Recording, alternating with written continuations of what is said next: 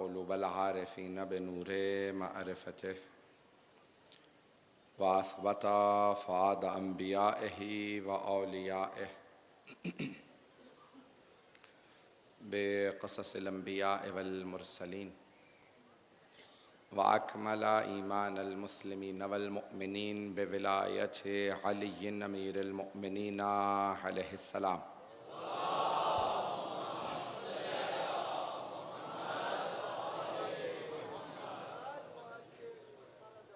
والصلاة والسلام والتحية والإكرام على أفضل الموجودات العبد المؤيد والرسول المسدد المصطفى الأمجد المحمود الأحمد أعني أبا القاسم محمد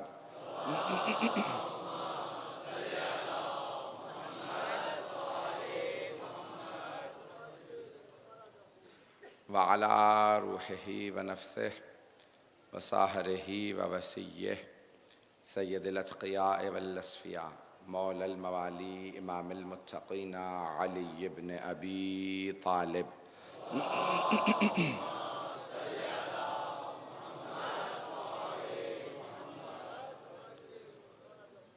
وعلى أوصيائه لا سيما بقية الله في الأرضين روحي وأرواح العالمين لتراب مقدمه الفداء واللعنة الدائمة على أعدائهم أجمعين من الآن إلى قيام يوم الدين أما بعد فقد قال الله الحكيم في كتابه الكريم بسم الله الرحمن الرحيم فأقم وجهك للدين حنيفا فطرة الله التي فطر الناس عليها لا تبديل لخلق الله ذلك الدين القيم ولكن أكثر الناس لا يعلمون صدق الله العلي العظيم صلوات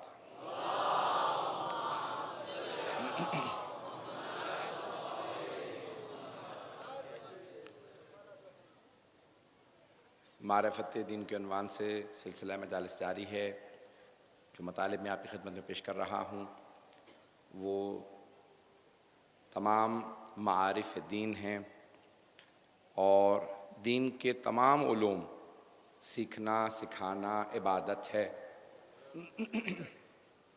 اللہ سبحانہ و تعالیٰ نے ہم پہ کرم کیا کہ اس نے ہمیں دین حق کا پیروکار پیدا کیا ہے اور یہ اس کا ہم پہ بہت فضل و کرم ہے کہ ہم محمد و آل محمد علیہ السلام کے ماننے والے ہیں۔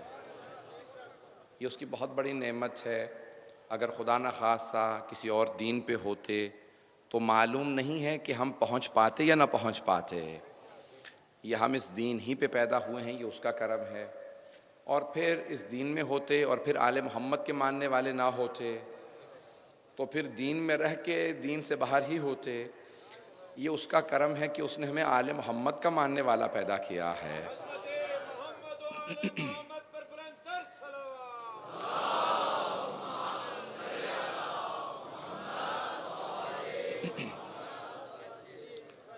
کئی افراد دین میں اندر ہوتے ہوئے باہر ہوتے ہیں۔ عزیزان گرامی، یہ بہت بڑا ایک المیہ ہے کہ بہت سے لوگ قریب ہوتے ہوئے بھی دور ہوتے ہیں۔ اس بات کو میں پہنچا نہیں پایا۔ ہم جب نیت بھی کرتے ہیں تو کہتے ہیں قربتاً الی اللہ، اللہ سے قریب ہونے کی خاطر ہر کام کرتے ہیں۔ اب اللہ سے قریب ہونے کا مطلب یہ جسمانی قرب نہیں ہے، کیونکہ اللہ مادہ نہیں ہے، جسم نہیں ہے، وہ میٹر نہیں ہے، تو ہمیں روحانی لحاظ سے اللہ سے قریب ہونا ہے۔ کئی افراد خانہ کعبہ سے بہت قریب ہیں لیکن اللہ سے بہت دور ہیں۔ کئی افراد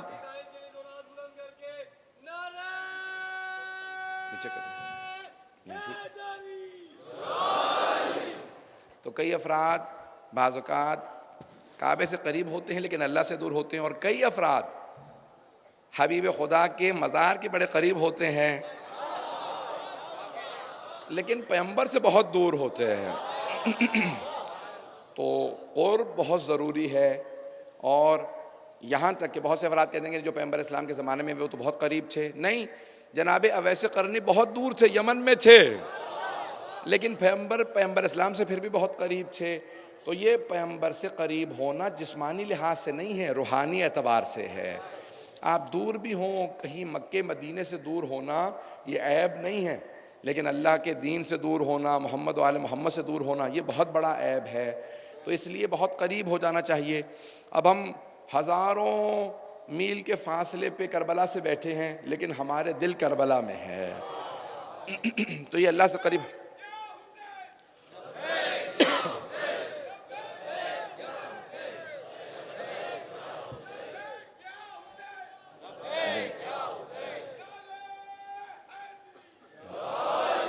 تو عزیزان گرامی، یہ دین انسان کو بعض اوقات انسان دین میں رہتے ہوئے سب کچھ کرتے ہوئے دین سے بہت دور ہوتا ہے۔ دین کو سمجھنا بہت ضروری ہے۔ معرفت دین یہ ہے کہ انسان دین کو پہچانے، ایسا نہ ہو کہ دین ہمارے حلق سے نیچے نہ اترا ہو۔ وَلَمَّا يَدْخُلِ الْإِيمَانُ فِي قُلُوبِكُمْ، اللہ قرآن کریم میں کہہ رہا ہے میرے حبیب، بہت سے لوگ آپ سے آ کے کہتے ہیں کہ ہم لوگ ایمان لے آئے ہیں، ان سے کہہ دیجئے ابھی ایمان تمہارے دلوں کے اندر حلق سے نیچے نہیں اترا ہے۔ وَلَمَّا يَدْخُلِ الْإِيمَانُ فِي قُلُوبِكُمْ، تمہارے دلوں میں ایمان داخل ہی نہیں ہوا، بل قولوا اسلمنا، یہ کہو ابھی ہم مسلمان ہوئے ہیں۔ تو بہت سے افراد صرف مسلمان ہیں، پھر اسلام کے بعد انسان مومن بنتا ہے، ایمان لے آتا ہے، بغیر علی کی ولایت کے مومن بن نہیں سکتا۔ جب مومن بن جائے تو پھر تقوی کا درجہ شروع ہو جاتا ہے، انسان متقی بنتا ہے۔ اگر ہر مومن متقی ہوتا تو اللہ قرآن کریم میں نہ کہتا یا ایھا الذین آمنوا اتقوا اللہ، اے ایمان والو تقوی اختیار کرو۔ یہ اللہ کہہ رہا ہے کہ اے ایمان والو تقوی اختیار کرو، اس کا مطلب ہے ہر مومن متقی نہیں ہے، مومنوں متقی بن جاؤ۔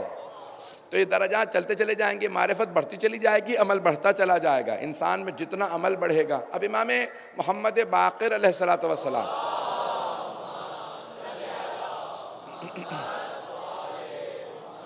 وعجل فرجہ فرماتے ہیں کہ من عمل علی ما علم اتاہ اللہ علم ما لم یعلم، جو کچھ سیکھ لیتا ہے اس پہ اگر عمل کرنا شروع کر دے تو اللہ اسے اس چیز کا علم دے دیتا ہے جو وہ نہیں جانتا۔ یہ آپ جب اپنے علم پہ عمل کرنے لگتے ہیں تو انسان کے خود بخود معرفت کے درجے بڑھنے لگتے ہیں، تو بہت ضروری ہے کہ انسان عمل کرتا رہے۔ آئیے ذرا میں ایک اور مرحلے کو پیش کرنا چاہتا ہوں آج، اور وہ فطرت کے عنوان سے بات کو آگے بڑھانا چاہتا ہوں۔ فطرت کیا شے ہے؟ فاقم وجہک للدین حنیفا فطرت اللہ التی فطر الناس علیہا، اللہ کہہ رہا ہے میں نے تمام مخلوقات کو فطرت پہ خلق کیا۔ فطرت وہ چیز ہے جو کبھی بدلتی نہیں ہے، ہر ایک میں فطرت کے تقاضے ویسے ہی ہوتے ہیں جیسے دوسرے افراد میں ہیں۔ توجہ ہے میرے ساتھ؟ میں اس کو آج پیش کرنا چاہ رہا ہوں، سننا چاہیں گے انشاءاللہ تعالیٰ۔ تو فطرت سب میں برابر ہوتی ہے، سب میں ایک سی ہوتی ہے، یہ فطرت بدلتی نہیں ہے، تو سب میں کچھ چیزیں پائی جاتی ہیں۔ دو اصطلاحات ہیں، تھوڑی سی علمی بحث ہے، اس کو انشاءاللہ تعالیٰ سب غور سے سنیں گے۔ تو ایک ہے لفظ فطرت، انگلش میں جسے نیچر کہا جاتا ہے، اردو میں فطرت ہی کہتے ہیں۔ جانوروں میں جبلت ہوتی ہے، اسے فطرت نہیں کہتے، کہ وہ جو کچھ کر رہے ہوتے ہیں ان کے اندر ایک جبلت ہے۔ اور انسان کا ایک لفظ ہے غریزہ، انگریزی میں سے کہتے ہیں انسٹنکٹ، دونوں میں فرق ہے، غریزے میں اور فطرت میں فرق ہے، انسٹنکٹ میں اور نیچر میں فرق ہے۔ تھوڑا سا علمی ایک بحث ہے، سن لیجئے گا انشاءاللہ، بہت لطف آئے گا انشاءاللہ اگر آپ سمجھ جائیں گے۔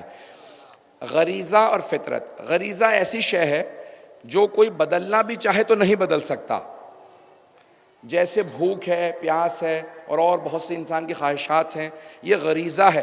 انسان کے غرائز نہیں بدلتے، غریزے نہیں بدلتے، غریزہ ہمیشہ انسان کے اندر موجود رہتا ہے اور اس کو طلب رہتی ہے اس غریزے کے پورا کرنے کی۔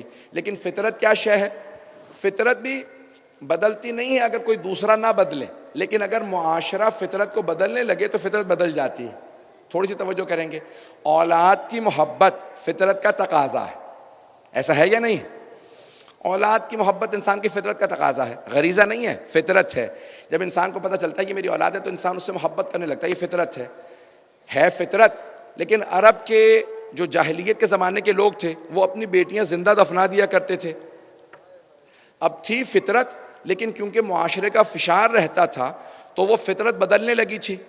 فطرت میں محبت ہے، اس کے باوجود بھی فطرت بدل گئی۔ اس کا مطلب ہے معاشرے کے فشار سے کئی مرتبہ فطری تقاضے بدل جاتے ہیں، معاشرے کے فشار سے۔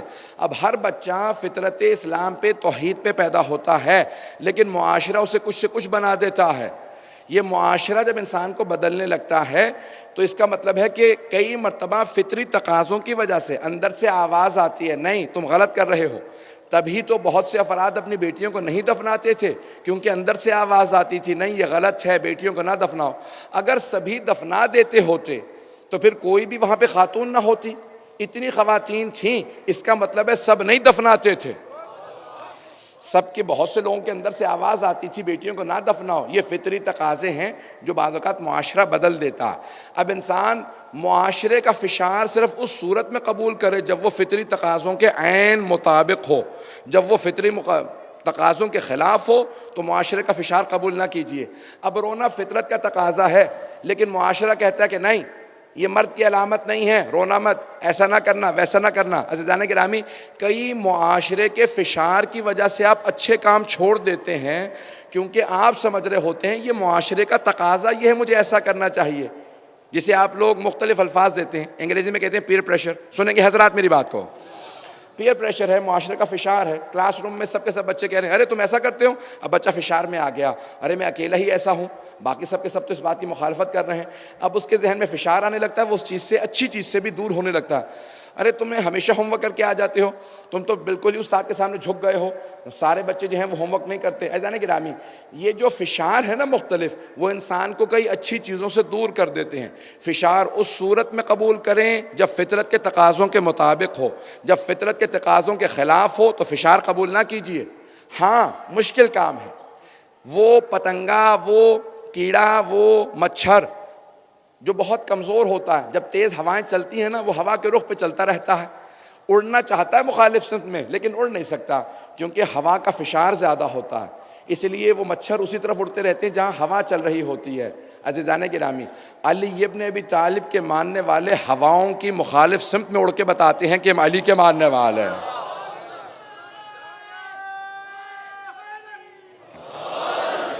عزیزان گرامی، اس لیے فشار غیر ضروری قبول نہ کیجیے۔ مختلف تقاضے آتے رہیں گے، مختلف فشار آتے رہیں گے، لیکن آپ ان مخالف سمتوں میں اڑ کے بتائیں گے کہ نہیں ہم ان فشاروں کو قبول نہیں کرتے۔ ان میں سے آئیے ذرا میں چند آج کی خدمت میں مطالب پیش کرنا چاہوں گا۔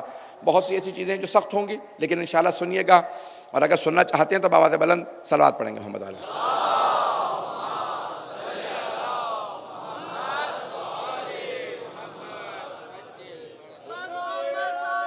پنکھا نہیں آیا؟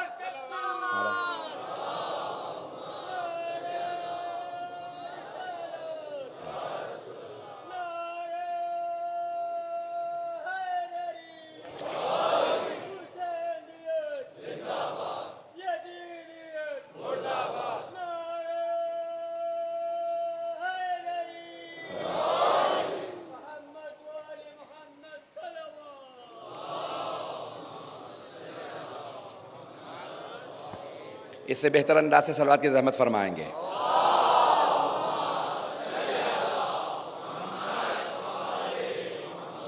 وعجل فرج۔ عزیزان گرامی، مجمع کی توجہ میرے ساتھ رہے۔ تو اب یہ فطرت کے تقاضوں کو پورا کرنا بہت ضروری ہے۔ ہماری فطرت کے اندر توحید ہے، لیکن انسان کئی مرتبہ اب غیر اسلامی معاشرے میں رہ رہا ہو تو خود بخود فشار بچوں پہ بہت زیادہ ہوتا ہے، کوئی خدا کو نہیں مانتا، میں اکیلا خدا کو مانتا ہوں۔ توجہ ہے؟ اور آج یہ جو لبرل معاشرہ ہے اس کے اندر ایک بہت بڑی وبا چل چکی ہے، وہ کہتے ہیں کہ فیشن ہے کہ آپ دین کی چیزوں کا انکار کر دیں، فیشن بنا دیا گیا ہے، اس چیز کو مانو گے، ہر چیز کو مانتے رہو گے تو پھر ماڈرن کیسے بنو گے؟ عزیزان گرامی، سب سے بڑا جو نقصان عیسائیت کو ہوا ہے، کرسچنز کو ہوا، انہوں نے کیا کیا؟ انہوں نے ہر چیز کو ماڈرنائز کرنا شروع کر دیا۔ میں ٹیکنالوجی کا، علم کا مخالف نہیں ہوں، سائنس کا مخالف نہیں ہوں، یہ چیزوں کو بدلنے کی کوشش کریں، عبادت کو بدل لیا جائے۔ ان کے ہاں چرچ میں 7 مرتبہ جانا لازم تھا، تو انہوں نے کہا اس کو بدل لیتے ہیں، لوگ اب آتے نہیں ہیں، زمانہ ماڈرنائز ہو چکا ہے، تو انہوں نے کہا اس کو بدل دیا جائے، 3 مرتبہ کر دیتے ہیں، کرتے کرتے انہوں نے کہا کہ 2 مرتبہ ہو جائے، پھر کہا سنڈے کے سنڈے آ جا کرو، باقی ضرورت نہیں ہے۔ وہ اب اتوار کے اتوار کا سب کچھ ختم ہو چکا ہے۔ عزیزان گرامی، دین کی چیزوں کو تبدیل کرنے کی اجازت نہیں ہے، تقاضے جیسے شریعت کے ہیں ویسے ہی رہیں گے۔ اللہ کی طرف سے آیت آ چکی ہے، الیوم اکملت لکم دینکم، دین مکمل ہو چکا ہے، اب آپ اس کے اندر ماڈرنائز کرنے کے بعد شریعت کو نہیں بدل سکتے۔ ہاں جب تقاضے بدلتے چلے جائیں گے، میں دونوں کے اندر بیلنس رکھنا کیسے رکھا جائے گا یہ سمجھانا چاہتا ہوں۔ آج تھوڑا سا میں نے ایک سخت موضوع لیا، لیکن انشاءاللہ آپ ساتھ دیں گے تو ضرور سب کے سب میرے ساتھ اس کو انجوائے کریں گے انشاءاللہ تعالی۔ کہ یہ تقاضوں کے حساب سے کیسے چلیں گے. آپ حضرات انشاءاللہ تعالیٰ اس کو سمجھنے کی پوری کوشش کریں کہ جدید تقاضوں کے حساب سے ہم شریعت پہ کیسے عمل کر سکتے ہیں. بہت سے افراد کہتے ہیں کہ نہیں، ہمیں چیزوں کو تبدیل کرنا ضروری ہے. عزیزان گرامی، آج مثال کے طور پہ چرچ میں انہوں نے کہا کہ بھئی بینچ لگا دیے جائیں، کرسیاں لے آئی جائیں. اب کل ہمارے یہاں بھی بہت سے افراد کہنے لگے کہ اگر کرسیاں لگا دیں، بھئی اگر کوئی بوڑھا ہے، بیمار ہے، مریض ہے، ان سب کے لیے شریعت نے پہلے سے بتا رکھا ہے. حتیٰ بیٹھنا تو کیا، اگر کوئی بیٹھ بھی نہیں سکتا ہے، لیٹ کے بھی نماز پڑھ سکتا ہے. شریعت نے سب سہولتیں پہلے سے دے رکھی ہیں.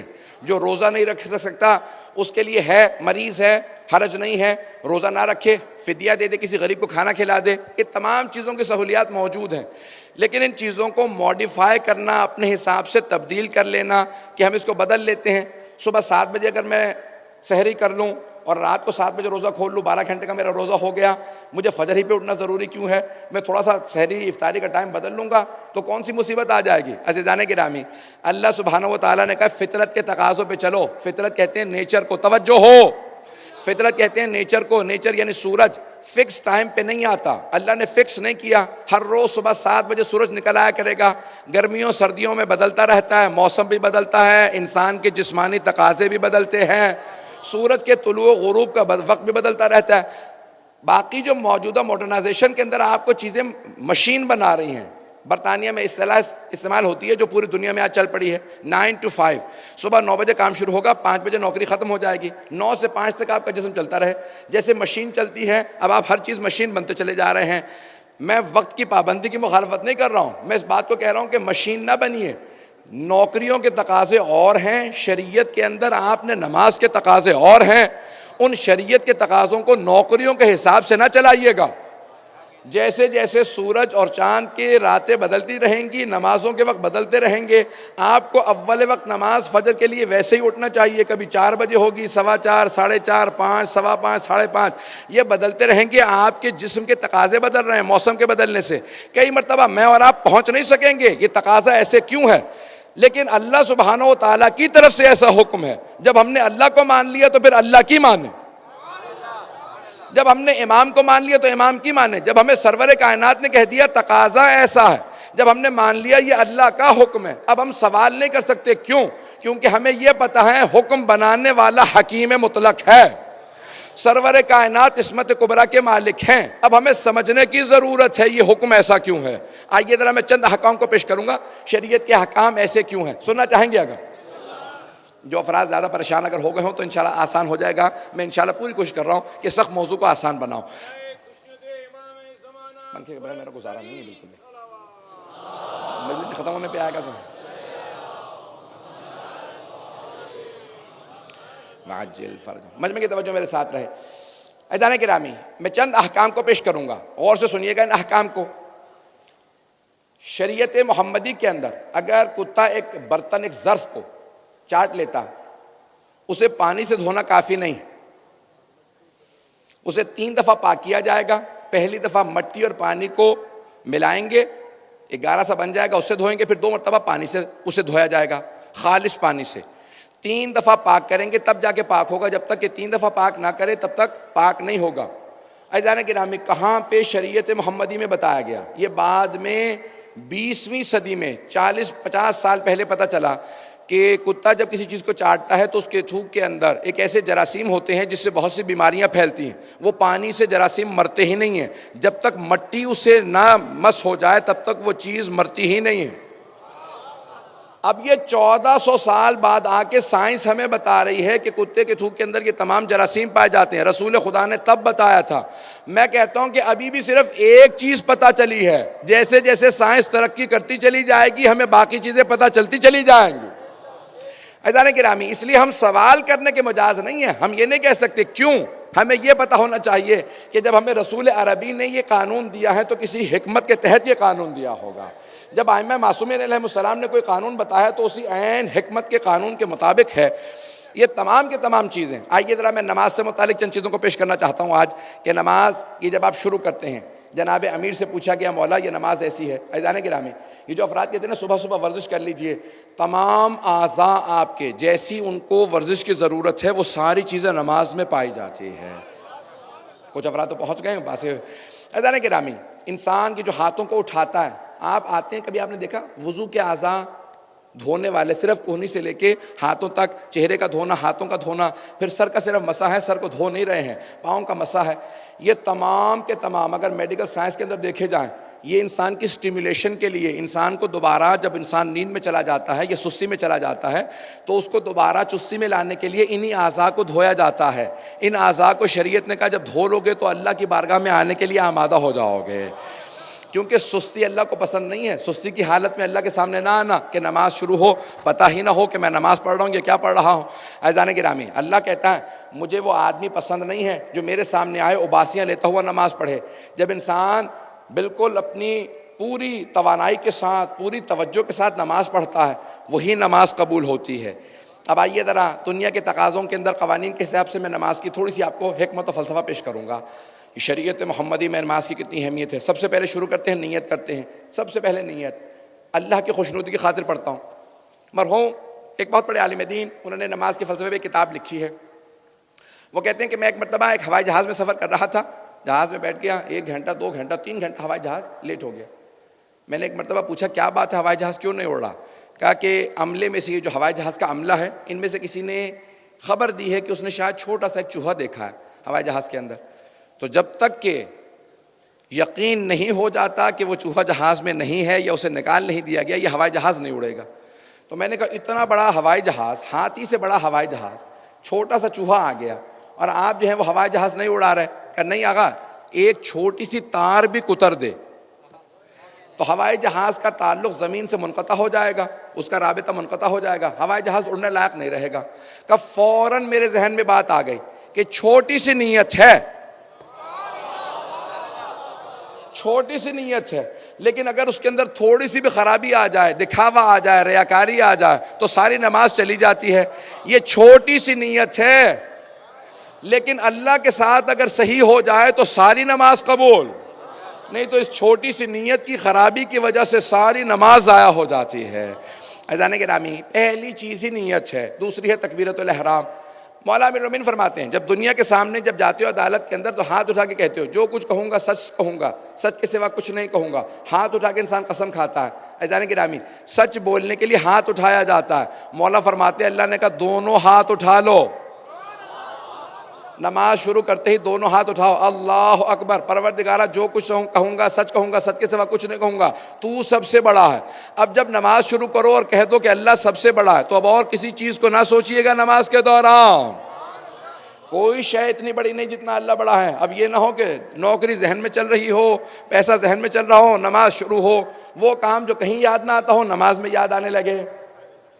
عزیزان گرامی، اس لیے ضروری ہے کہ انسان تکبیرۃ الاحرام کہے تو انسان سب سے پہلے اپنے تمام افعال کو، مجھے آج نماز کے فلسفے کو پیش کرنا ہے تاکہ جو ہماری بنیادی عبادت ہے وہ مکمل ہوتی چلی جائے. صلوات پڑھیں گے محمد و آل محمد پہ.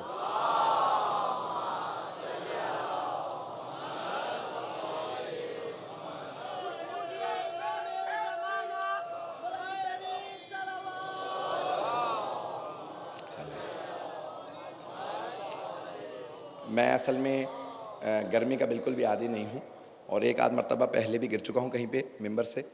تو یہ بہرحال پہلے میں نے کہا تھا کہ میرے پنکھے بغیر گزارا نہیں ہے، جتنی ہو سکے میرے خیال میں مجلس کے بعد ہی آئے گا پنکھا، تب تک میرے ساتھ چلتے رہے گا. میرے لیے بہت مشکل ہوتا ہے پڑھنا، بہت زیادہ مشکل ہو جاتا ہے. تو عزیزان گرامی توجہ میرے ساتھ رہے، میں جتنا پیش کر رہا ہوں اس کو سنتے چلے جائیے گا. عزیزان گرامی، یہ نماز اس کے مختلف حالتیں ہیں. اس تمام حالات کے اندر انسان جب تک اپنی پہلی ابتدا کو درست نہ کر لے تب تک نماز قبول نہیں ہوتی ہے. توجہ ہے میرے ساتھ؟ عزیزان گرامی، انسان نماز میں آ جاتا ہے. جناب امیر سے سوال کیا کسی نے، کہ مولا پیغمبر اسلام نے فرمایا کہ الصلاۃ معراج المومن، نماز مومن کی معراج ہے، نماز کا سب سے اچھا عمل کیا ہے؟ تو آپ نے فرمایا سجدہ. نماز کا سب سے اچھا عمل سجدہ. کہا کہ مولا پھر ہم سجدے کے اٹھنے کے فوراً بعد استغفر اللہ ربی واتوب الیہ کیوں کہتے ہیں؟ اگر سب سے اچھا عمل ہے تو ہم استغفار کیوں پڑھتے ہیں؟ استغفر اللہ ربی واتوب الیہ. بھئی ابھی ہم نے سب سے اچھا عمل کیا تو پھر استغفار کیوں کر رہے ہیں؟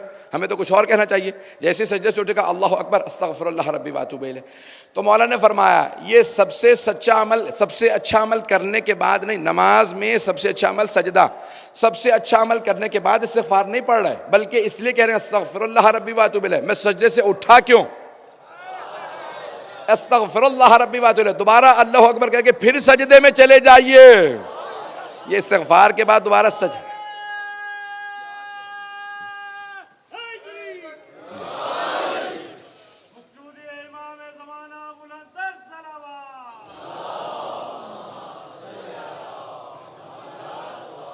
صلوات کو زحمت نہیں رحمت سمجھتے ہوئے پڑھیے.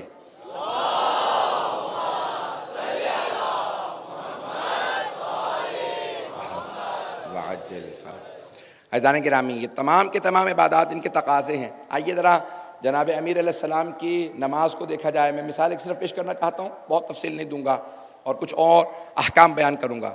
حضرت ابو درداء، روایت بڑی مشہور و معروف ہے، شاید آپ نے کسی اور خطیب سے بھی سنی ہو کبھی، کہ حضرت ابو درداء رضی اللہ عنہ صحابی رسول ہیں، جناب سیدہ کے در پہ آتے ہیں، آ کے دستک دیتے ہیں. کہا کہ بی بی میں ابھی امیر المؤمنین کو ایسی حالت میں چھوڑ کے آیا ہوں کہ ان کی روح پرواز کرنے والی تھی. جناب سیدہ نے مسکراتے ہوئے در کے پیچھے سے کہا، ابو درداء کس حالت میں دیکھا تھا کہ کہہ رہے ہو کہ روح پرواز کرنے والی تھی؟ ہم ایسے اہل بیت کے ماننے والے ہیں جو دروازے سے باہر دیکھے بغیر بتا دیں دروازے پہ کون ہے. بی بی نے باہر آ کے نہیں دیکھا کون ہے، نام لے کے پکارا. کہا ابو درداء کیا دیکھا تم نے کہ تم کہہ رہے ہو کہ جناب امیر کی روح پرواز کرنے والی ہے؟ کہا بی بی مولا کے لب کانپ رہے تھے، پسینے آ رہے تھے، رنگ سرخ ہو چکا تھا، آنکھوں میں آنسو بہہ رہے تھے، اور علی بس گرنے ہی والے تھے کہ میں نے سوچا کہ میں آپ کو آ کے اطلاع دے دوں کہ مولا کی روح پرواز کرنے والی. تو بی بی جانتی تھی کہ مولا کی شہادت کوفے میں ہے. فوراً کہا ابو درداء بس مجھے اتنا بتاؤ، علی کہیں نماز تو شروع کرنے والے نہیں تھے؟ کہاں بی بی نماز کی تکبیرات کہہ رہے تھے، آنکھوں سے آنسو بہہ رہے تھے اور مولا کانپ رہے تھے. کہا ابو درداء میں ہر روز 1000 مرتبہ علی کی یہی حالت دیکھتے ہوں. کہا جب بھی علی نماز میں آتے ہیں تو اسی کیفیت میں آ جاتے ہیں، علی نماز اسی کیفیت میں پڑھتے ہیں. علی بن ابی طالب علیہ السلام. عزیزان گرامی، یہ خشیت امیر المومنین ہے، یہ معرفت کی وجہ سے ہے. میں پہنچا نہیں پایا ہوں، یہ معرفت کی وجہ سے ہے. ایک ہوتا ہے خوف کی مختلف اقسام ہیں. ایک آدمی کسی کی دہشت کی وجہ سے اس سے ڈرتا ہے. ایک مرتبہ کسی کے شکل کی وجہ سے ڈر رہا ہے، بچے کو ڈرا دیا جاتا ہے کہ وہاں پہ جن ہے، بھوت ہے. کسی کو کہتے ہیں کہ وہ آدمی معاذ اللہ خدا نہ خاصہ اچھا آدمی نہیں ہے، دہشت گرد ہے، انسان اس سے ڈرتا ہے. لیکن ایک مرتبہ کہتے ہیں یہ جوان اپنے والد سے بہت ڈرتا ہے. یہ نوجوان کا اپنے والد سے ڈرنا معرفت کی علامت ہے کہ بوڑھا باپ ہے، چل بھی نہیں سکتا، اس کا ڈرنا بتا رہا ہے یہ باپ کو پہچانتا ہے، اس کی معرفت رکھتا ہے. عزیزان گرامی، یہ جوان بیٹے کا باپ سے ڈرنا معرفت کی وجہ سے ہے، اس کے ادب و احترام کی وجہ سے ہے، تعظیم کی وجہ سے ہے. آل محمد سے زیادہ اللہ کی کوئی تعظیم نہیں کرتا تھا، اس لیے آل محمد سے زیادہ نماز میں کوئی خشیت نہیں کرتا تھا. وہ تعظیم کی وجہ سے خوف و خشیت ان پہ تھی، جس کی وجہ سے وہ نماز ایسی پڑھتے تھے. عزیزان گرامی، آج پوری دنیا کے اندر صلوات پڑھیں محمد و آل محمد پہ.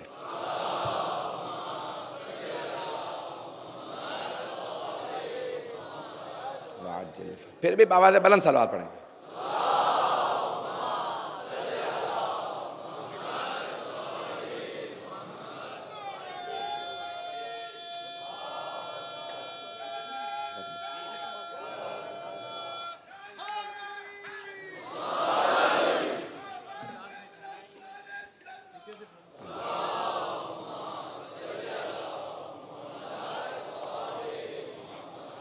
توجہ ہے میرے ساتھ تمام حضرات؟ عزیزان گرامی، تمام عبادات کی کوئی نہ کوئی حکمت ہے، کوئی نہ کوئی فلسفہ ہے جس کے تحت اللہ نے ان تمام عبادات کو ہمارے لیے بھیجا. توجہ ہے میرے ساتھ؟ کہ تمام عبادات کسی نہ کسی حکمت کے تحت آئی ہیں. بالکل اب میں اختتام پہ ہوں انشاءاللہ، مجھے 10 سے 15 منٹ آپ کو زحمت دینی ہے. تو اللہ سبحانہ وتعالیٰ نے حکمت کے تحت، فطرت کے تقاضوں کے تحت ان تمام عبادات کو ہمارے لیے بھیجا. کوئی بھی عبادت ہو کسی نہ کسی حکمت کے تحت آئی ہے. آئیے ذرا میں روزے کے متعلق 2 جملے پیش کروں گا، 2 جملے حج کے متعلق پیش کروں گا. یہ سارے جملے جو میں پیش کر رہا ہوں جناب فاطمہ الزہرا نے فرمائے.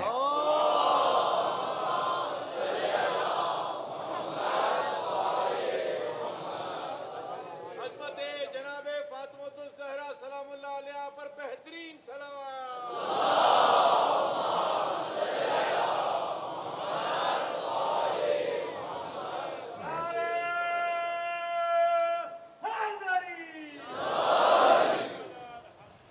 عزیزان گرامی، جناب سیدہ فرماتی ہیں یہ تمام کی تمام چیزیں کیوں ہیں؟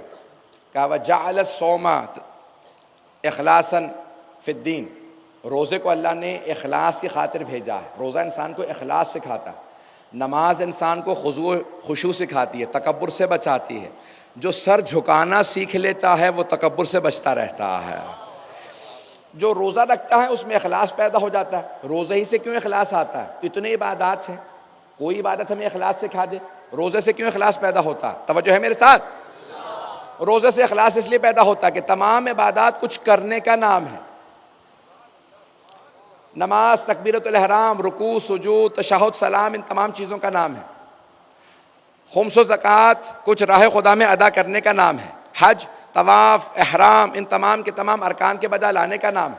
لیکن روزہ کچھ کرنے کا نام نہیں ہے، روزہ اپنے آپ کو روکنے کا نام ہے۔ اگر کوئی آدمی روزہ رکھے ہوئے تو کیا کرو بھئی؟ روزہ رکھ کے کیا کرنا ہے؟ کچھ نہیں کرنا۔ روزہ ہے اپنے آپ کو روکنے کا نام، کھانے سے، پینے سے، غیبت سے، جھوٹ سے، یہ تمام 10 چیزیں جن کو اللہ نے منع کر دیا، ان تمام چیزوں سے روکتے رہیں، آپ کا روزہ ہے۔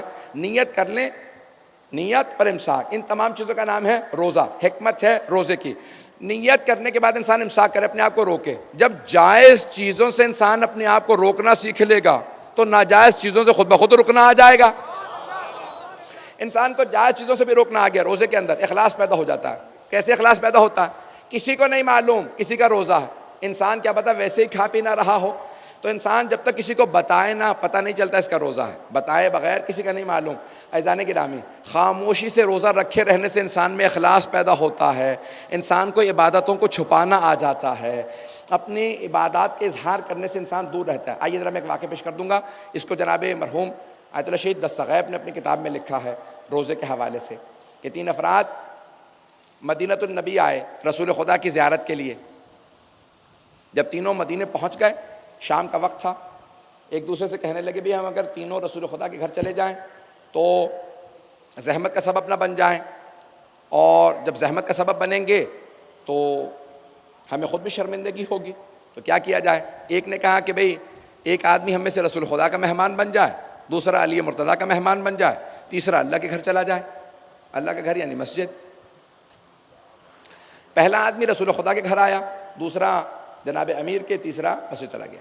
صبح کو تینوں ملے، آپس میں ملاقات کی، مدینے سے باہر سے آئے تھے، دور سے، تو آنے کے بعد ایک دوسرے سے بات کرنے لگے کہ بھئی کیا ہوا؟ رسول خدا کے مہمان تھے، پیغمبر نے کیا کیا؟ کہ بھئی مجھے کچھ خرمے دیے، روٹی کا ٹکڑا دیا، اور خود ہی اپنی بکریوں کو دودھ دیا، اور میں اس کے بعد ایک بچھونا دیا، میں وہیں پہ ان کے گھر میں سو گیا۔ دوسرے نے کہا میں علی مرتضیٰ کا مہمان تھا، جو ابھی آپ نے رسول خدا سے متعلق بیان کیا، بالکل یہی کچھ علی مرتضیٰ نے مجھے عطا کیا، بالکل اسی طرح سے خورمے دیے، کھجور دیے، روٹی کا ٹکڑا دیا، کچھ دودھ دیا، بچھونا دیا، میں سو گیا۔ اللہ کے مہمان نے کہا میں اللہ کا مہمان تھا، اللہ نے کچھ بھی نہیں دیا کھانے پینے کو، اور نہ میرے لیے بچھونا تھا، تو میں اسی طرح سے مسجد میں بیٹھا رہا۔ عزیزان گرامی،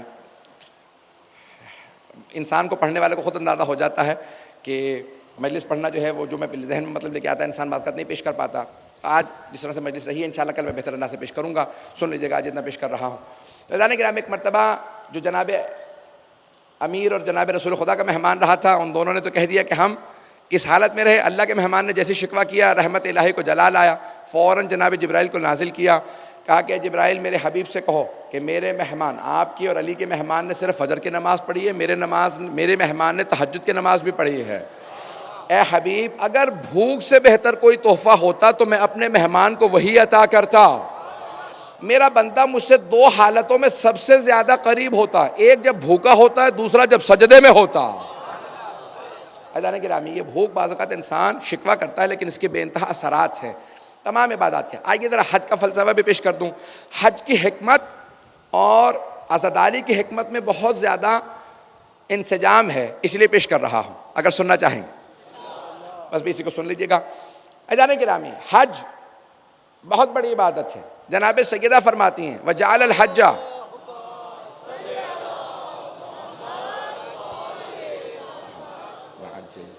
پھر بھی بآواز بلند صلوات پڑھیں گے۔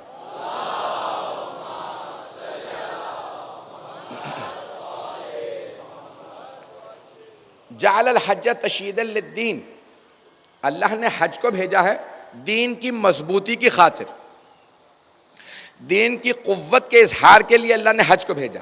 جناب سیدہ فرماتے ہیں جعل الحج تشییدا للدین، بی بی دین کی قوت کا اظہار کیسے ہوتا ہے؟ حج سے۔ کہا جب لاکھوں افراد اللہ کے بیت اللہ کی زیارت کے لیے آئیں گے تو جب کافر دیکھیں گے کہیں گے کتنے مسلمان صرف احرام باندھے ہوئے حج پہ چلے گئے۔ لاکھوں افراد کا گرم شہر مکے میں آنا، پتھریلے بستی میں رہنا، جہاں پانی کی قلت ہے، جہاں ساری آسائشیں نہیں ہیں، صرف اللہ کے دین کی خاطر حج پہ آنا دین کی قوت دکھائے گا۔ تمام کے تمام مشرکین و کفار پہ ایک روب طاری رہے گا کہ مسلمان حج پہ گئے ہیں، کتنا روب ہے کہ اللہ کی محبت کی خاطر یہ سب کے سب حج پہ آئے ہیں، دو احرام کے ٹکڑے باندھے ہوئے ہیں، دو کپڑے باندھے ہوئے ہیں، حج پہ آئے۔ عزیزان گرامی، بی بی فرماتی ہیں اللہ نے حج کو دین کی قوت کے خاطر بنایا ہے۔ اب سمجھ میں آیا یہ جلوس و عزاداری کو اللہ نے کیوں عطا کیا ہے۔ جب حج پہ 30-40 لاکھ افراد جائیں گے تو دین کی قوت کا اظہار ہوگا، سب سے بڑا مظہر دین کی قوت کا حج ہے۔ اب آپ کو سمجھ میں آیا کہ یہ جناب سید الشہداء کی زیارت اربعین کے لیے لاکھوں افراد کا آنا، ملینز آف لوگوں کا آنا، 2 کروڑ افراد کا آنا۔ حج ہے جناب ابراہیم و اسماعیل و ہاجرہ کی یاد، اس لیے وہاں 30-40 لاکھ افراد آئے۔ جتنی بڑی قربانی اتنے افراد کی تعداد۔ لیکن کربلا ہے امام حسین کی یاد کا نام، حضرت عباس کی یاد کا نام۔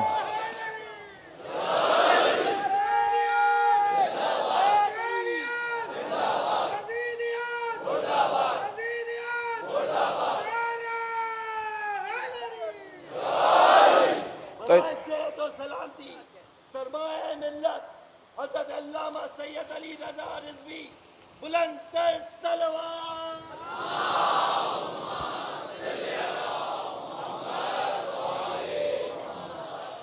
عزیزان گرامی، تشیع کی اگر قدرت کو دیکھنا ہے، امام حسین کی طاقت کو دیکھنا ہے تو کربلا میں آ کے دیکھیے۔ جناب ابراہیم، میں سارے تقابل کو نہیں پیش کر سکا، صرف 2 جملے پیش کروں گا۔ یہ حج کا تقابل، اللہ کی عبادت کا تقابل نہیں پیش کر رہا ہوں، قربانیوں کا تقابل پیش کر رہا ہوں۔ جناب ابراہیم و اسماعیل و جناب ہاجرہ نے جتنی بڑی قربانی پیش کی تھی، جناب اسماعیل کو ذبح کرنے لے گئے تھے، ذبح ہوئے نہیں تھے، تو اللہ نے کہا ابراہیم کیونکہ میرا وعدہ ہے جتنی بڑی قربانی ہوگی اتنی ہی بڑی جزا ہوگی۔ آپ نے جتنی بڑی قربانی پیش کی اتنا میں نے آپ کے لیے اہتمام کر دیا۔ 30-34 لاکھ افراد تھے حج کے اندر، 5000 سے زیادہ ہوٹل ہیں مکے کے اندر، 34 لاکھ افراد حج پہ گئے۔ کربلا کے اندر 500 ہوٹل نہیں ہیں لیکن 2 کروڑ افراد آتے ہیں، وہاں 72 کی شہادت ہے۔ اللہ نے کہا میرے حسین میرا وعدہ جتنی بڑی قربانی ہوگی اتنی بڑی جزا ہوگی۔ وہاں 1 اسماعیل کی قربانی تھی، یہاں 72 کی شہادت ہے۔ 2 کروڑ افراد آئیں گے، سڑکوں پہ بیٹھیں گے، سڑکوں پہ تبرک کھائیں گے، سڑکوں پہ سو کے واپس چلے جائیں گے، حج سے واپس آ کے شکوہ کریں گے ارے قافلہ سالار نے ایسا نہیں کیا۔ جو کربلا میں آئے گا فاقہ نہیں کرے گا۔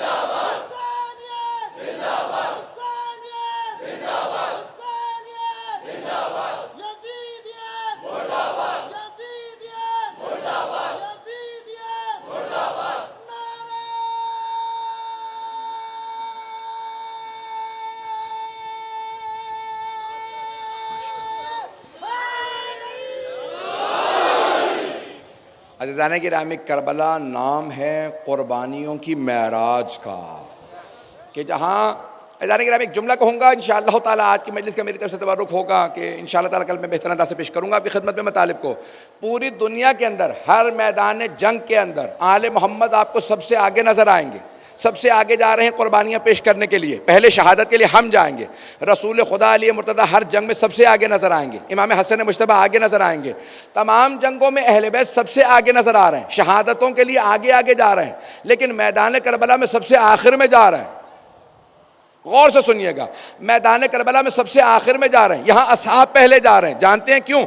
کیونکہ کربلا میں تمام نظام الٹ چکا ہے، باقی تمام جنگوں میں، تمام کی تمام جنگوں کے اندر مرنا مشکل ہوتا ہے، جینا آسان ہوتا۔ کیونکہ مرنا مشکل تھا اس لیے آل محمد پہلے جایا کرتے تھے کہ ہم مرنے کے لیے جائیں گے، کیونکہ شہادت ہماری میراث ہے، ہم آگے جائیں گے۔ عزیزان گرامی، کربلا میں مرنا آسان تھا، جینا مشکل تھا، کیونکہ پیاس تھی، بھوک تھی، متعدد دنوں سے لوگ سب کے سب مشکل حالات کے اندر تھے، وہاں مرنا آسان تھا۔ تو اہل بیت علیہ السلام نے، امام حسین نے کیا کیا؟ کہا کہ ان بوڑھے اصحاب کو پہلے بھیج دو، یہ جنت میں پہلے چلے جائیں، یہ حوض کوثر پہ جا کے میرے نانا سے پانی پی لیں۔ یہاں پہ جینا مشکل ہے، مرنا آسان ہے، جو پہلے مرتا چلا جائے گا شہید ہوگا وہ پہلے جنت میں چلا جائے گا۔ سب سے آخر میں جاؤں گا، کیونکہ سب سے آخر کا مطلب ہے سب سے زیادہ لاشیں میں اٹھاؤں گا، سب سے زیادہ دیر تک پیاس میری رہے گی، سب سے زیادہ سختی میرے لیے رہے گی۔ عزیزان گرامی، میدان کربلا معراج ہے قربانیوں کی، اور ان تمام قربانیوں میں آپ کو سب سے جو بلند نظر آئیں گے وہ سید الشہداء نظر آئیں گے۔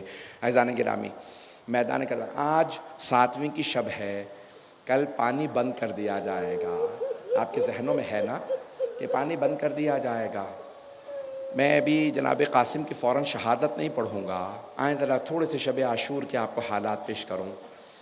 ابھی میرے لیے کچھ ہی دیر کے لیے گرمی تھی، 1-1.5 گھنٹہ، اور پانی بھی مہیا تھا، اس کے باوجود بھی میرے لیے گرمی کو برداشت کرنا مشکل ہو رہا تھا۔ اور اگر کوئی اپنے بچوں کے ساتھ گیا ہو، اپنی تو پیاس انسان برداشت کر لیتا ہے، لیکن جب بچے کہتے ہیں نا العطاش العطاش، ہائے پیاس، تو بہت مشکل ہو جاتا ہے۔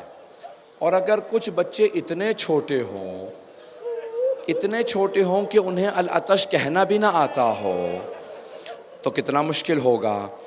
کہیں میدان کربلا میں آپ نے دیکھا ہے کچھ ایسے بچے بھی ہیں جیسے جناب علی اصغر کہ جنہیں العطش کہنا بھی نہیں آتا ہے، بلکہ میں یوں کہوں گا، حرملہ تو نے ایسے بچے کو تیر مارا ہے جس بچے کو یہی نہیں معلوم تیر کھا کے رونا ہے یا مسکرانا ہے۔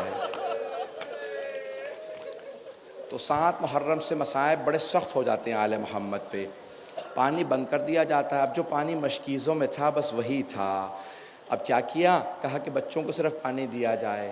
عزیزان گرامی، 7 محرم بڑے سخت دن شروع ہو جاتے ہیں۔ مولا نے خط بھی لکھا کسی حبیب کو بلانے کے لیے کہ حبیب یہاں کربلا تشریف لے آئیے، کوئی رونے میں آج بخل نہ کرے، میرے ساتھ ساتھ چلتے چلے جائیے گا، شب عاشور کی کچھ کیفیتوں کو پیش کروں گا، ساتھ چلیں گے میرے؟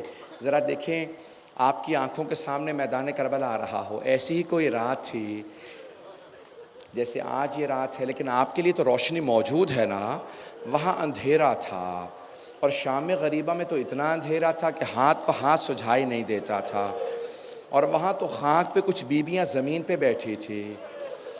ابھی ہر ماں اپنے بچے کو گود میں لیے بیٹھی ہے، اور گرمی کی تپش بہت زیادہ ہے۔ ماں کو اولاد سے بڑی محبت ہوتی ہے، لیکن اس ماں کو اپنی اولاد سے اور بھی زیادہ محبت ہوتی ہے جس کے بچے یتیم ہوتے ہیں۔ یتیم بچوں سے ماں کو اور زیادہ محبت ہوتی ہے۔ آپ پہنچ گئے ہوں گے، ایک ماں آئی ہیں مدینے سے کربلا، نام ہے فروا، حضرت ام فروا۔ وہ صرف اس لیے آئی ہیں کہ میں امام حسن مجتبیٰ کو روز قیامت کہہ سکوں، مولا آپ کی نشانی میرے پاس تھی، میں نے اپنے بیٹے کو اپنے بڑھاپے کے لیے سنبھال کے نہیں رکھا تھا، میں نے آپ کے بیٹے کو آپ کے بھائی کی راہ میں قربان کر دیا تھا۔ ماؤں کے لیے بڑا مشکل کام ہوتا ہے، آئیں ذرا میرے ساتھ چلیے گا۔ ایک شہید ہیں جناب قاسم ابن حسن، ویسے امام حسن کے اور بھی بیٹے ہیں میدان کربلا میں جو شہید ہوئے ہیں، لیکن جناب قاسم کا مقام زیادہ ہے۔ جانتے ہیں کیوں زیادہ ہے؟ کیونکہ جب مولا امام حسن مجتبیٰ کو زہر دیا گیا اور آپ کے کلیجے کے ٹکڑے باہر آ گئے تو آپ کے سینے میں بہت درد تھا۔ آپ بار بار جب قے کرتے تو کہتے مجھے لٹا دو سینے میں بہت درد ہے۔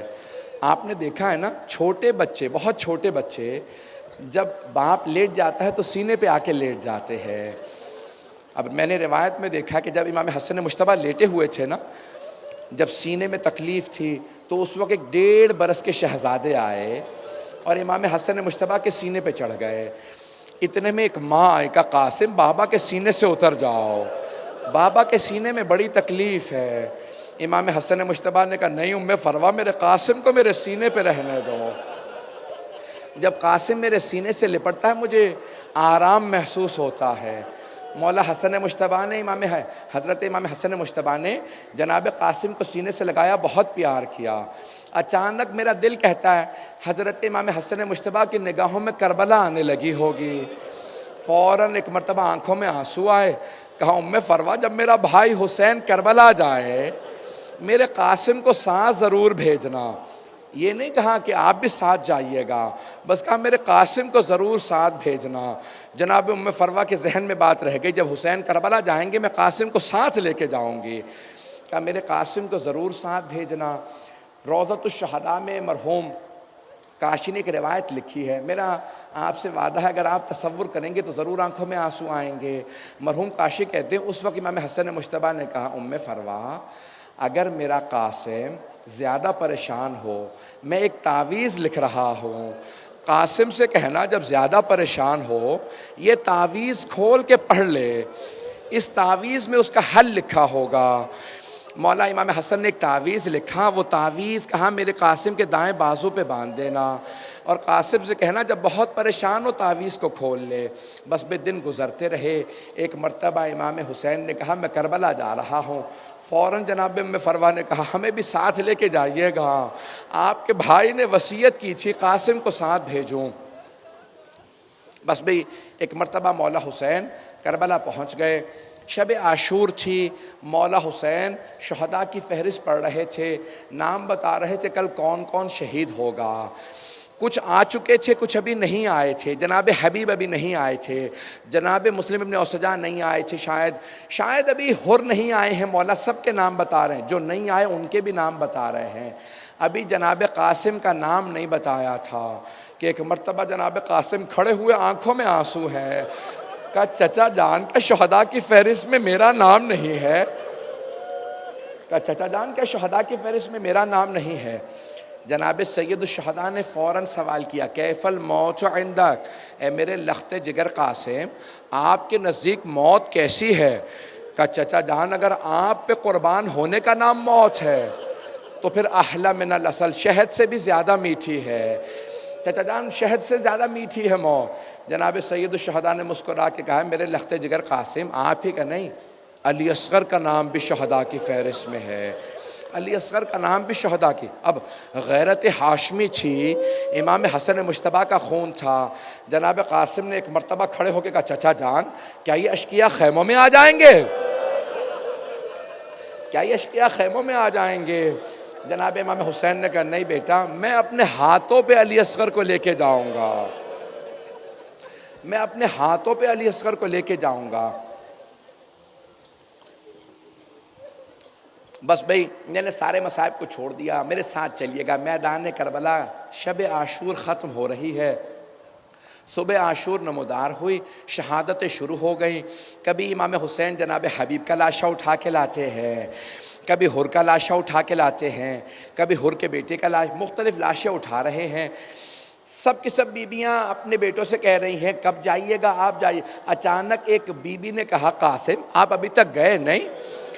کہا اماں میں جب بھی مولا سے کہتا ہوں، اپنے چچا سے کہتا ہوں چچا مجھے جانے دیجئے، چچا کہتے تم میرے مرحوم بھائی کی نشانی ہو۔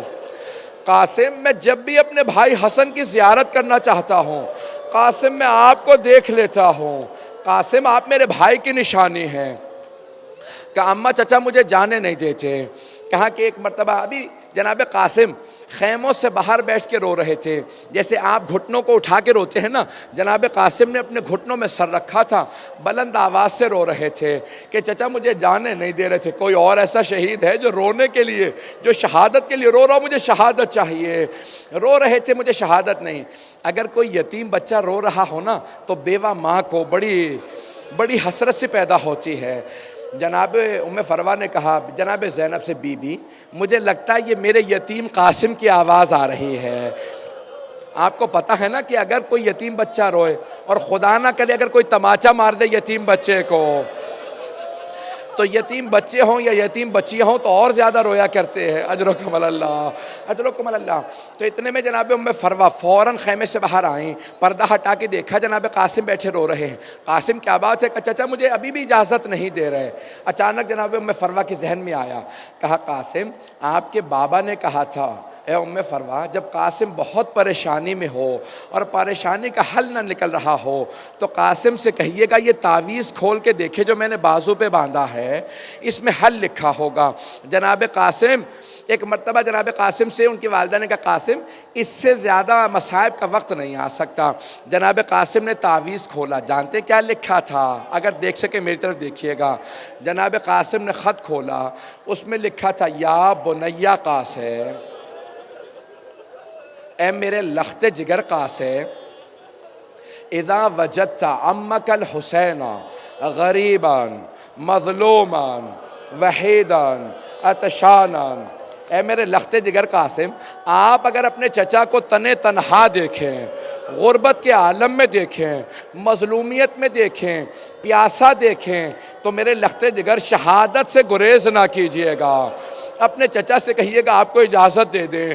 جناب قاسم نے آنسوؤں کو صاف کیا، خوشی خوشی چچا کے پاس آ کر چچا اب آپ مجھے نہیں روک سکیں گے، چچا اب آپ مجھے شہادت سے نہیں روک سکیں گے۔ چچا جان دیکھیں میرے بابا نے کیا لکھا ہے، یہ دیکھیں میرے بابا نے خط لکھا ہے، مولا حسین نے خط لکھا، خط دیکھا، میرے بھائی نے خط لکھا ہے۔ ایک مرتبہ مولا حسین نے خط کو چوما، مرحوم کاشی کہتے ہیں کہ مولا حسین نے خط کو چوما، آنکھوں سے لگایا، آنکھوں سے لگانے کے بعد مدینے کا رخ کیا اور رو کے کہا بھیا آپ نے مجھے غربت میں یاد رکھا، اے میرے بھائی آپ نے مجھے غربت میں یاد رکھا، جب میں تنہا رہ گیا میرے بھائی نے مجھے یاد رکھا۔ اجرکم اللہ۔ ایک مرتبہ مولا حسین نے دونوں باہیں جناب قاسم کے گلے میں ڈالی، جناب قاسم نے دونوں باہیں چچا کے گلے میں ڈالی، مرحوم کاشی کہتے فغشی علیہما، دونوں بے ہوش ہو کے گر گئے، اتنا روئے۔ مجھے نہیں معلوم مولا حسین جناب قاسم پہ اتنا کیوں رو رہے ہیں، میرا دل کہتا ہے مولا سمجھ رہے ہیں ابھی مجھے لاشا نہیں اٹھانا، مجھے لاشے کے ٹکڑے۔ اجرکم اللہ، اجرکم اللہ۔ کوئی رونے میں بخل نہ کرے۔ آج امام حسن مجتبیٰ کو پرسہ دیجئے گا، مولا آپ کے یتیم کا بڑا صدمہ ہے۔ آئیے ذرا میرے ساتھ چلیں گے کچھ دیر کے لیے، 4 سے 5 منٹ، زیادہ 10 منٹ کی زحمت دوں گا۔ اب میرے بھائی برداشت نہیں کر پا رہے، بلند آواز سے روتے رہیے گا، جن افراد سے برداشت نہیں ہوتے دل کی کیفیت بدل جاتی ہے، اونچی آواز سے رونے سے انسان کو صبر آ جاتا ہے۔ اور اگر آپ کے ذہن میں پھر بھی کوئی بات ایسی آئے نا کہ آپ کو رونا نہ آ رہا ہو تو بس اتنا تصور کیجئے گا، ایک بیوہ ماں یتیم بچے کے لاشے کے ٹکڑوں پہ۔ اجرکم اللہ، اجرکم اللہ۔ اگر دیکھ سکے تو میری طرف دیکھیے گا۔ جانتے ہیں لاشا پامال کیوں ہوا تھا؟ کیونکہ جناب قاسم کا جسم چھوٹا تھا، جسم 13.5 برس کے تھے، جتنی زرہ پہنا کے دیکھی پوری نہیں آتی تھی، جتنی زرہ پہنائی مولا حسین نے کہا عباس ایک اور زرہ لے آؤ، ایک اور زرہ۔ جناب قاسم نے کہا چچا جان مجھے زرہ کی ضرورت نہیں ہے، میں بغیر زرہ کے چلا جاؤں گا، مجھے زرہ نہ پہنائیے، میں جانا چاہتا ہوں۔ مولا حسین نے سینے سے لگایا، پیار کیا، پیشانی کو چوما، اپنے ہاتھوں سے سوار کرایا۔ جناب قاسم کو سوار کرا دیا، بغیر زنا کے لڑنے گئے ہیں 13.5 برس کے، لیکن حیدر کرار کا خون چھے۔ اب میرا گلا ساتھ نہیں دے رہا نہ سینہ، لیکن میں آپ سے پورا وعدہ کرتا ہوں میں جنگ کو پیش کروں گا۔ ایک مرتبہ ازرق نامی ایک پہلوان تھا ملعون، اس کے 3 بیٹے تھے، کچھ نے لکھا 7 بیٹے تھے۔ اس نے کہا بچہ ہے میرا ایک بیٹا، جوان بیٹے تھے، اس سے کہا جاؤ جا کے اسے مار کے آ جاؤ۔ جناب قاسم علی کا خون تھے، مختلف لوگوں کو مار چکے تھے۔ جب ایک مرتبہ اس پہلوان کے 7 پہلوان بیٹے تھے، ایک ایک کر کے پہلوان آتے رہے، جب وہ آئے نا تو مولا حسین نے ایک مرتبہ ہاتھوں کو اٹھایا، کہ پروردگارا میرا قاسم بڑا کم سن ہے۔ جیسے ہی وہ آتے نا جناب قاسم ہاتھ میں تلوار اٹھاتے، کہتے یا علی ادرکنی، تلوار چلاتے انہیں فنار کر دیتے۔ ازرق کے سارے بیٹے مارے گئے۔ اب ازرق نے کہا میں خود جاؤں گا۔ جب وہ خود آیا نا، کہا میرے ساتھ رک جا، میں خود جاؤں گا۔ ازرق 1000 فوجیوں کا اکیلا مانا جاتا تھا، مولا جانتے تھے یہ 1000 کے برابر میں ایک مانا جاتا ہے۔ جب وہ آیا نا تو مولا نے کہا پروردگارہ میرے قاسم کی حفاظت فرما، میرا قاسم کم سن ہے، وہ 1000 کا ایک ہے۔ ایک مرتبہ جناب قاسم نے کہا چچا میرا سلام قبول کیجئے گا، تلوار کو کھینچا، ازرق کے سر کو قلم کیا، جیسے ہی اسے مارا نا عمر سعد نے کہا سارے لشکر کو دوڑو۔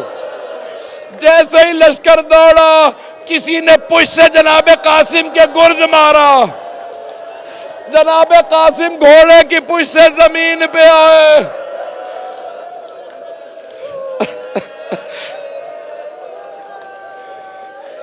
جیسے ہی گرنے لگے آواز دی چچا جان میری مدد کو آئیے، چچا جان میری مدد کو آئیے۔ روایت کے الفاظ ہیں مولا حسین ایسے تیز رفتاری سے آئے جیسے ایک عقاب اپنے شکار پہ آتا ہے۔ جب مولا نے حملہ کیا نا ساری فوجیں دوڑنے لگی، جب فوجیں دوڑنے لگی ایک بچے پہ سے سارے گھوڑے دوڑ گئے، سارے گھوڑے دوڑنے لگے۔ مولا اپنے ذوالجناح سے اترے، ایک لاشے کے پاس بیٹھ کے کہنے لگے اے میرے قاسم آپ نے بلایا، میرے لخت جگر میں آ گیا تھا لیکن آپ کا لاشا پامال ہو گیا۔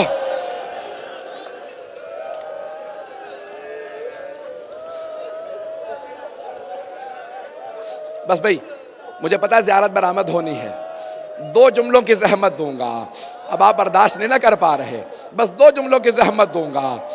آج جناب ام فروا کو بھی پرسہ دیجئے گا، امام حسن مجتبیٰ کو بھی پرسہ دیجئے گا۔ بزرگ علماء کہتے ہیں جب گھوڑے دوڑ گئے تو اب کیسے لاشا اٹھائیں گے؟ بزرگ علماء کہتے ہیں کیسے لاشا اٹھائیں گے؟ لاشا تو ایک طرف سے اٹھایا جاتا ہے نا۔ اب کیا کیا ہوگا مولا حسین نے؟ اپنی ابا زمین پہ بچھائی، جیسے ایک مالی صبح کو پھول جمع کرتا ہے، مولا حسین نے لاشا جمع کیا۔ بس بھائی نہیں پڑھتا آگے، اب آپ برداشت نہیں کر پا رہے، میں نے تمام کر دیا، اجرکم اللہ۔ بس زیارت برآمد ہوگی، 2 جملے، آخری 2 جملے۔ وہاں ایک ماں خیمے کے پردے سے دیکھ رہی ہے، خیمے کے پردے سے ایک ماں دیکھ رہی ہے۔ بعض علماء کہتے ہیں جناب فروا نے جناب زینب سے کہا بی بی حسین تو گٹھڑی سی لے کے آ رہے ہیں، میرا 13 برس کا جوان بیٹا۔ ایک مرتبہ جناب ام فروا نے کہا ہوگا قاسم جب جنت میں جانا بابا سے کہنا میں نے وعدہ پورا کر دیا تھا۔ الا لعنت اللہ علی القوم الظالمین وسيعلم الذين ظلموا أي منقلب ينقلبون۔ بس بھئی ہاتھوں کو بلند کر کے 2 جملے دعا کے کہوں گا۔ پروردگارا آج ایک ایسے یتیم کا ہم پرسہ دینے آئے ہیں جو مظلوم باپ کا مظلوم بیٹا ہے۔ پروردگارا جناب قاسم بڑے مظلوم ہے، ہر ماں کو حسرت ہوتی ہے نا میری آنکھوں کے سامنے میرا بیٹا چلتا رہے. میں سخت جملہ کہہ رہا ہوں, مجھے معاف کر دیجیے گا, ہاتھوں کا سب بلند کریں گے. اگر دیکھ سکے تو میری طرف دیکھیے گا. چھٹے امام سے کسی نے پوچھا مولا دنیا کی سب سے بڑی خوشی کیا ہے ماں باپ کے لیے؟ مولا نے کہا کسی کا ایک بیٹا ہو, جوان ہو جائے اور آنکھوں کے سامنے پھرتا رہے. دنیا میں اس سے بڑی کوئی خوشی نہیں ہوتی. کہا مولا دنیا کا سب سے بڑا مصائب کیا ہے؟ مولا نے رو کے کہا جب وہی جوان بیٹا آنکھوں کے سامنے مارا جائے, اس سے بڑا کوئی مصائب نہیں. میں کہوں گا جناب ام فروا آپ کی بڑی آزمائش ہے. ماتم حسین